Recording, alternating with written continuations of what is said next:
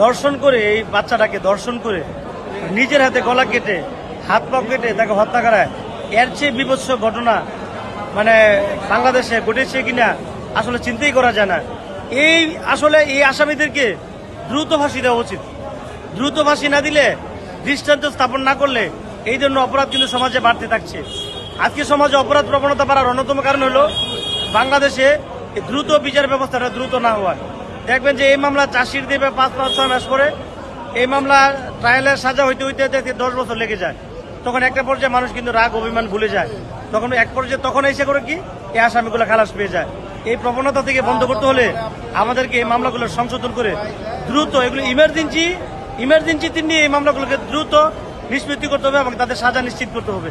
আপনার মিনিমাম এই 15 দিনের মধ্যে বা 1 মাসের মধ্যে তার চার্জশিট দেওয়া উচিত এবং 3 মাসের মধ্যে বিচার কমপ্লিট করা উচিত। তখনই কিন্তু তাকে ফাঁসিতে ঝুলালে, তার ফাঁসি মানে তারা কয়েকবার ফাঁসি দিলেও কিন্তু তার অপরাধ কম হবে না। সে এত বড় অপরাধ করেছে যে র্যাপ তো করেছে, 9 রেগের সেকশন এমনি তার ফাঁসি হবে। আবার এই মেয়েটাকে সে জবাই করে হত্যা করেছে, একটা শিশুকে। তাহলে সে যেন পুরো দেশকে হত্যা করার মতো অপরাধ করেছে। তার কয়েকবার ফাঁসি দিল, এই অপরাধ শেষ হবে না।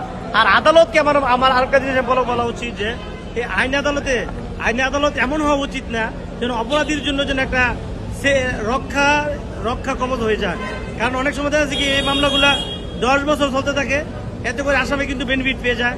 আসামির আইনজীবীরা দৌড়াদৌড়ি করে টাকা পয়সা খরচ করে, কিন্তু বাদী কিন্তু এই বিষয়ে এমনি ক্ষতিগ্রস্ত। বাদী আর কি টাকা পয়সা খরচ করবে, এই সুযোগটা কিন্তু আসামি বেনিফিট নিয়ে যায়। এই জন্য 3 মাসের মধ্যে দৃষ্টান্ত সাজা হয়ে তাকে ফাঁসিতে ঝুলে লই, দেখবেন যে অপরাধ সারা বাংলাদেশ থেকে অপরাধ প্রবণতা কম।